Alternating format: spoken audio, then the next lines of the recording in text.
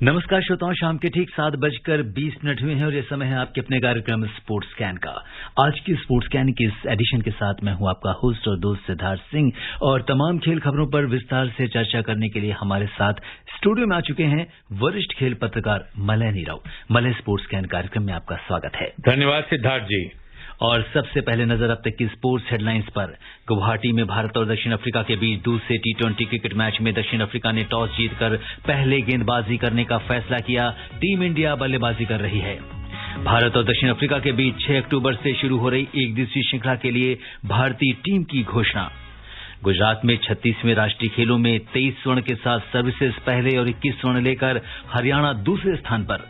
और चीन में विश्व टेबल टेनिस चैंपियनशिप में भारत ने ग्रुप चरण में वर्ल्ड नंबर 2 जर्मनी को हराया।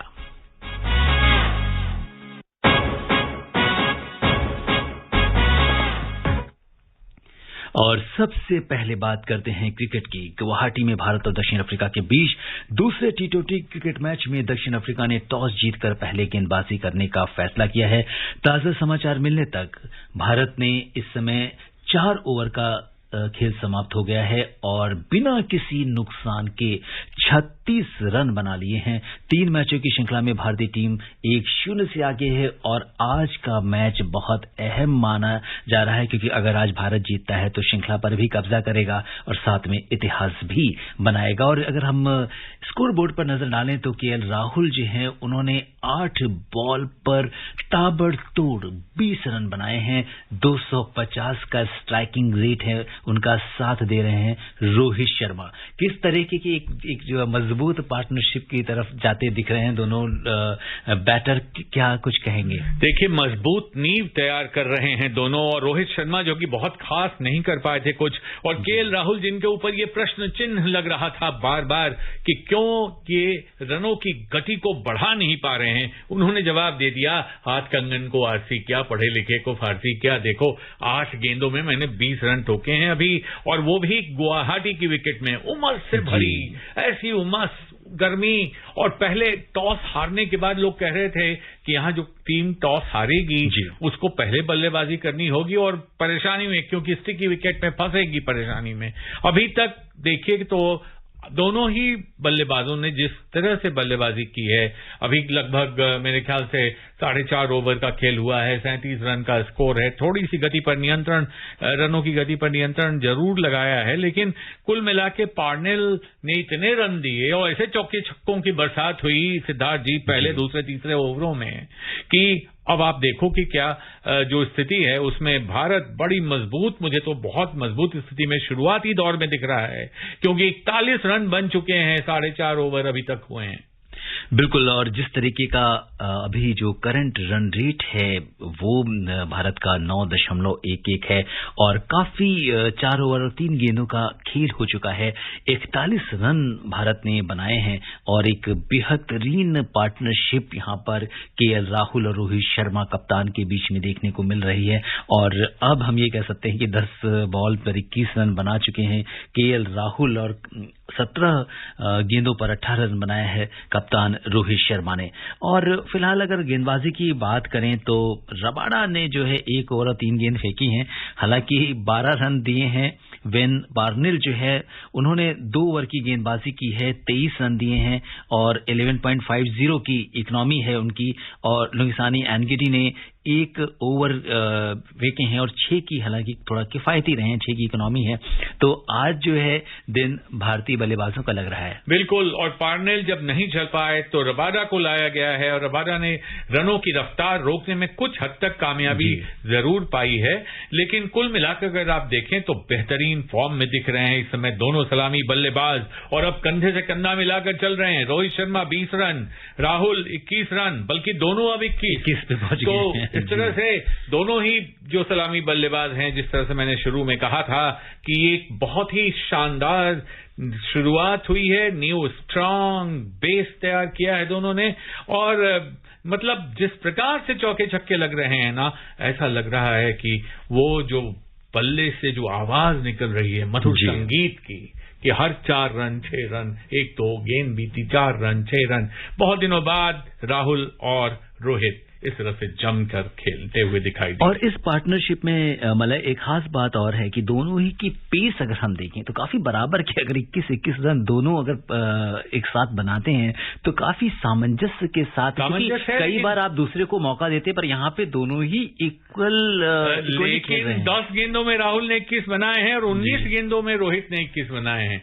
तो राहुल शर्मा लगता है कि उनकी जो आलोचना हो रही थी, राहुल की, माफ कीजिएगा, उनकी जो आलोचना हो रही थी कि वो तेज गति से, तेज रफ्तार से रन नहीं बना पा रहे हैं, अपने आलोचकों को बल्ले से जवाब दिया है उन्होंने। जी बिल्कुल। और फिलहाल जो है रबाडा का 2 ओवर पूरा हो चुका है और उन्होंने 18 रन दिए हैं, इकोनॉमी 9 की हो गई है। और फिलहाल पार्नेल की, जैसे कि हमने बात की कि 2 ओवर की गेंदबाजी की है और 11.50 की इकोनॉमी है, थोड़े महंगे जरूर साबित हुए हैं। फिलहाल अब देखना यह होगा कि अब कौन आता है गेंदबाजी करने के लिए। और काफी इंटरेस्टिंग समय, लोगों को बहुत इंतजार है। और फिलहाल चूंकि वर्ल्ड कप नजदीक है और ये भारतीय टीम के पास आखिरी मौका है कि वो ऑस्ट्रेलिया जाने से पहले एक इंटरनेशनल सीरीज खेलते हुए उसमें सीरीज पर कब्जा दोबारा करें, क्योंकि इसके पहले हमने ऑस्ट्रेलिया को जिस तरीके से हराया और अब दक्षिण अफ्रीका की बारी। और आज तक दक्षिण अफ्रीका को कभी भारत की भूमि पर कभी श्रृंखला में मात नहीं दी है 2020 में। तो ये नया एक इतिहास रचेगी भारतीय टीम। और अभी जो फिर से देखिए आप, 5 ओवर हुए, 49 रन हो चुके हैं और 25 रन राहुल ने बना लिए हैं। कितने गेंदों में? 11 गेंदों में। तो लगता है कि ये दोनों ये सोच कर आए हैं कि आज स्कोर बोर्ड पे हम अच्छा स्कोर दोनों मिलकर ही टांग देंगे। और एक बड़ी बात, अगर हम देखें बाउंड्रीज की बात करें तो केएल राहुल ने 4 चौके लगाए हैं और 1 छक्का इसमें शामिल है। तो कहीं न कहीं 16 और 1 छक्का जो है 21 रन, वो पूरे उन्होंने 22 रन हो गए। और इस तरीके से जो बेहद शानदार बाउंड्रीज जो उन्होंने दिखाई है वो काबिले तारीफ है। बहुत ही बढ़िया, बहुत अच्छा प्रदर्शन। तो भारत एक बार फिर से फिलहाल इतिहास रचने के लिए तैयार है और हमारे जो टीम इंडिया के खिलाड़ी हैं उनकी पूरी कोशिश है कि सीरीज जीतकर एक नया इतिहास वो जरूर रचेंगे। भारत और दक्षिण अफ्रीका के बीच 6 अक्टूबर से शुरू हो रही एक दिवसीय श्रृंखला के लिए भारतीय टीम की घोषणा कर दी गई है। टीम के कप्तान शिखर धवन और उप कप्तान श्रेयस अय्यर होंगे। इसके अलावा टीम में ऋतुराज गायकवाड़, शुभमन गिल, रजत पाटीदार, राहुल त्रिपाठी, ईशान किशन, संजू सैमसन, शाहबाज अहमद, शार्दुल ठाकुर, कुलदीप यादव, रवि बिश्नोई, मुकेश कुमार, आवेश खान, मोहम्मद सिराज के साथ दीपक चहर को टीम में जगह दी गई है। लखनऊ में पहले ओडीआई के बाद 9 अक्टूबर को रांची में दूसरा मैच खेला जाएगा। तीसरा और अंतिम मैच दिल्ली में 11 अक्टूबर को खेला जाएगा। तो अब बैक टू बैक इसके बाद ओडीआई सीरीज का सबको इंतजार है। और कप्तान हैं शिखर धवन और उप कप्तान हैं श्रेयस अय्यर। किस तरीके से मलय आप इस टीम संयोजन को देखते हैं और ओडीआई को लेकर क्या कुछ कहना चाहेंगे? देखिए, शिखर धवन कप्तानी करेंगे, श्रेयस अय्यर उप कप्तान होंगे। मगर जो बात आज नोट करने वाली है वो ये है कि मध्य क्रम के बल्लेबाज रजत पाटीदार और मध्यम तेज गति के गेंदबाज मुकेश कुमार को शामिल किया गया है। और ये जो 3 मैचों की श्रृंखला है उसमें, और थोड़ी सी निराशा जरूर इस बात से हुई होगी कुछ लोगों को कि जो ओपनर का स्लॉट है सलामी बल्लेबाज का, उसमें पृथ्वी शॉ को जगह नहीं मिली है। हालांकि बल्ले के साथ बहुत अच्छा उनका प्रदर्शन अभी पिछले दिनों रहा है।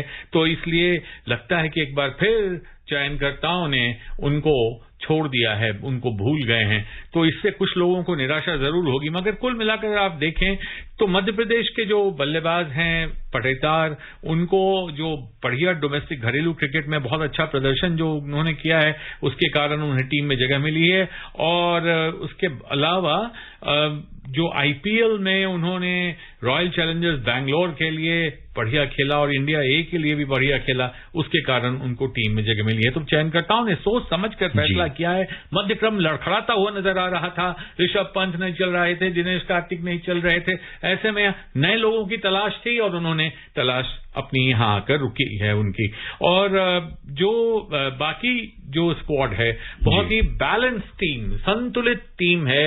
और जहां कमी थी वहां एक तो लोगों को, जैसा मैंने कहा, पृथ्वी के नहीं रहने से थोड़ी निराशा कुछ लोगों को हुई होगी, थोड़े सवाल भी उठाए जाएंगे। मुझे लगता है कि कल के अखबार इस सवाल से भरे रहेंगे कि आखिर उनको क्यों नहीं लिया गया। लेकिन जब चयनकर्ता बैठते हैं और टीम बनाते हैं तो टीम संतुलन को देखकर बनाते हैं। ये नहीं देखते कि बहुत अच्छा कोई खेल रहा है तो उसको रख लो, उसको किसकी जगह रखो, क्यों रखो, उसको ना रखो तो दूसरे को रखो, कितने गेंदबाज हैं, कितने बल्लेबाज हैं, कितने ऑलराउंडर्स हैं, उन सबको देखकर चलना पड़ता है। और देखिए आज से हालांकि वो T20 है, लेकिन जो सलामी बल्लेबाज अभी तक करतब कर रहे हैं जी, तो ऐसे में पृथ्वी शॉ को लगता है कुछ और दिनों का इंतजार उनके लिए है। बिल्कुल। और फिलहाल जो टीम है उसमें काफी कुछ मलाय बता रहे हैं कि संयोजन है और बहुत ही बैलेंस टीम है, तो उम्मीद करते हैं कि जो ओडीआई श्रृंखला होगी उसमें भी भारत जो है अपना दमखम दिखाने के लिए पूरी तरीके से तैयार है। और निश्चित तौर पर लखनऊ में जो पहला ओडीआई खेला जाएगा 6 अक्टूबर को, वहां से श्रृंखला की शुरुआत होगी और वहीं से टीम इंडिया अपना दबदबा बनाएगी। गुजरात में 36वें राष्ट्रीय खेलों में पुरुषों की 4x400 मीटर रिले दौड़ में हरियाणा ने राष्ट्रीय रिकॉर्ड के साथ स्वर्ण, सेना ने यानी सर्विसेज ने रजत और तमिलनाडु ने कांस्य पदक जीत लिया है। महिलाओं की रिले दौड़ की बात करें तो तमिलनाडु ने राष्ट्रीय रिकॉर्ड के साथ स्वर्ण, हरियाणा ने रजत और कर्नाटक ने कांस्य पदक हासिल किया। भारोत्तोलन में 81 किलोग्राम वर्ग में हरियाणा के दीपक लाठर ने स्वर्ण पदक जीता है। तैराकी की बात करें तो असम की आस्था चौधरी ने 100 मीटर बटरफ्लाई हीट में 1 मिनट 3.91 सेकंड का समय लेकर नया राष्ट्रीय रिकॉर्ड बनाया। अगर महिला नौकायन की बात करें तो ओडिशा ने स्वर्ण पदक जीता है। निशानेबाजी में उत्तर प्रदेश की युविका तोमर ने 10 मीटर एयर पिस्टल स्पर्धा में स्वर्ण पदक हासिल किया। पदक तालिका में सर्विसेज 23 स्वर्ण के साथ पहले और हरियाणा 21 स्वर्ण के साथ दूसरे स्थान पर है। और हरियाणा और सर्विसेज के बीच में मलाय अगर हम देखें तो काफी उलटफेर चल रही है। अगर हम दिन में देखें तो हरियाणा आगे था, लेकिन सर्विसेज ने अपने शानदार प्रदर्शन से हरियाणा को पीछे छोड़ दिया है। बिल्कुल, हालांकि हरियाणा ने कोशिश पूरी की है। और अगर आप देखें 4x400 मीटर पुरुषों की रिले में फाइनल्स में उनको हरियाणा को स्वर्ण पदक मिला और सर्विसेज से आगे निकल गए, लेकिन फिर उसके बाद नीचे आ गए। और फिर अगर हम 4x400 मीटर महिलाओं के रिले फाइनल्स की बात करें तो यहां तमिलनाडु जीत गया स्वर्ण पदक, तमिलनाडु की झोली में गया स्वर्ण पदक और उन्होंने हरियाणा को पीछे छोड़ा जी। और उसके बाद दीपक लाठर, जो आपने बताया कि 81 किलोग्राम के भारोत्तोलन में वेट लिफ्टिंग में उनको स्वर्ण पदक मिला और वो भी हरियाणा के हैं। तो इस तरह से लगातार हरियाणा और सर्विसेज के बीच चल रही है कशमकश और देखना है कि अब अंतिम समय में कौन सबसे बड़ा विनर होकर निकलता है यहां से। बिल्कुल। और यहां पे ये भी कहना चाहेंगे कि जितने मतलब इस बार के जो राष्ट्रीय खेल हैं वो अब तक के सबसे बड़े खेल के रूप में उभर कर सामने आए हैं। 7,000 एथलीट्स और इस बार 36 नंबर जो है, क्योंकि 36 स्पर्धाएं भी हैं, तो बहुत ज्यादा अगर हम फैसिलिटीज के तौर पर देखें और खिलाड़ियों को जो वहां पे जो भी इंफ्रास्ट्रक्चर के तौर पर देखें तो फिलहाल गुजरात के पास बेहद कम समय था, लेकिन इतने कम समय में उन्होंने पूरी तैयारी के साथ, जैसा कि हमारे पास रिपोर्ट आ रही है, वहां पे खिलाड़ियों के लिए एक काफी खास आयोजन है और जितने भी इंफ्रास्ट्रक्चर और फैसिलिटीज इसके ऊपर काफी फोकस किया गया है। देखिए, भारत में खेलों के विकास में अगर आप पिछले 10 वर्षों को देखें तो अचानक बहुत ज्यादा खेलों को महत्व दिया गया है और इसके पीछे हमारी सरकार और प्रधानमंत्री का विशेष रूप से योगदान है। इस बात को कोई नकार नहीं सकता। मगर जहां तक इन खेलों की बात है तो 2015 के बाद ये खेल हो रहे हैं। 36वें खेल हैं, 36 टीमें हैं, 36 राज्य और सर्विसेज को मिला के 36 टीमें हैं और इस तरह से 7,000 उसमें लोग प्रतियोगिता में हिस्सा ले रहे हैं। देखिए, 2 बातें हैं, सिर्फ फैसिलिटीज की ही बातें नहीं है, जो सुविधाएं उपलब्ध कराई जाती हैं, जो ग्राउंड्स बनते हैं, जो माहौल क्रिएट होता है, जो टर्फ बिछाए जाते हैं, वो तो अपनी जगह हैं ही। लेकिन जब आप बड़े बड़े खिलाड़ियों के साथ, विश्व विजेताओं के साथ, ओलंपिक पदक विजेताओं के साथ कंधे से कंधा मिलाकर वहां एक ही जगह पर खेलने आते हैं तो आपका हौसला बढ़ता है, आपका मनोबल बढ़ता है। अगर आप देखिए ना कि मीराबाई चानू और बिजली रानी दोनों मणिपुर के हैं। मीराबाई चानू का मतलब ओलंपिक की सिल्वर मेडल विनर, रजत पदक विजेता। उसके साथ जब दूसरा वेट लिफ्टर आता है तो उसके तो कंधे ऐसे ही, छाती उसकी ऐसे ही फूल जाती है कि देखो हम इनके साथ हैं। तो मेरे ख्याल से ये जो राष्ट्रीय खेल हैं इस मायने में बहुत ही बढ़िया है, और जो फैसिलिटीज क्रिएट की गई हैं, 100 दिनों से कम समय लिया है, वो भी काबिल तारीफ है, मेरे ख्याल से अद्वितीय है। जी बिल्कुल, और जिस तरह से इसका कवरेज हो रहा है स्पोर्ट्स कैन और ऑल इंडिया रेडियो पे, तो हम इसको कवर कर ही रहे हैं। इसके अलावा दूरदर्शन ने 100 से ज्यादा कैमरे लगाकर इस पूरे इवेंट को आप तक पहुंचाने की कोशिश की है। तो इस समय सभी स्पर्धाओं में जो इसके रिजल्ट्स हैं वो आपके पास, और लाइव जो है आप दूरदर्शन के माध्यम से देख रहे हैं।